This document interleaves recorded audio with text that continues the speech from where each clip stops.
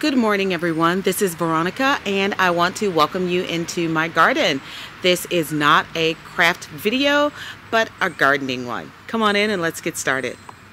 Now, these are my tomato plants, and now let me just say right out the gate that I don't know what's going to happen with these, because when I bought them, again, I think they had gotten too much sun. I didn't take a picture, but they had all but died back to about maybe this much.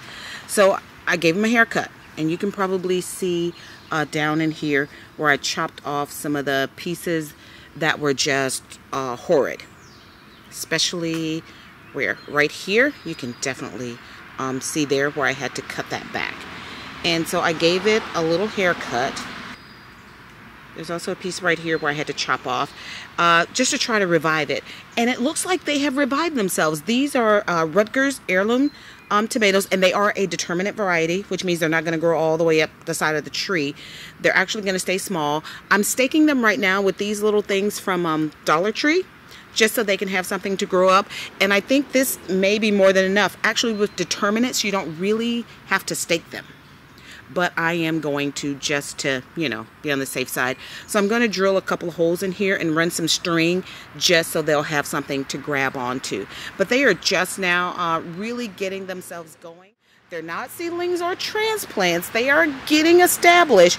So I am going to go ahead and fertilize them. And this one requires more than the collard greens. Actually, tomato plants, if they are established, requires about a cup of mix, but again, being careful not to get it on the plant, but around the base is where it needs to be, so that they can be happy. Now, what you see on here is nothing that's wrong with my tomato plant. It is actually some of the soil mixture that's gotten on there. So when I water this in, I'm going to give it a gentle spray to go down, especially since it rained and it's still kind of overcast this morning, so that they don't burn themselves. I did grow these from some plants that I had bought from the store, and you can see where I have put this around. I did not use the half cup amount that they required for. I probably have a fourth of a cup, if that. So we'll see. And I do have holes that I have drilled into the side all the way around for some drainage, and then there are a couple of holes on the outer edge at the bottom, but these are all around the pot so excess water can drain out.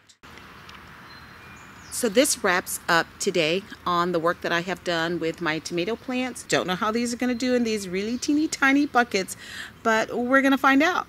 So thank you for joining me in my garden today, and I'll see you next time.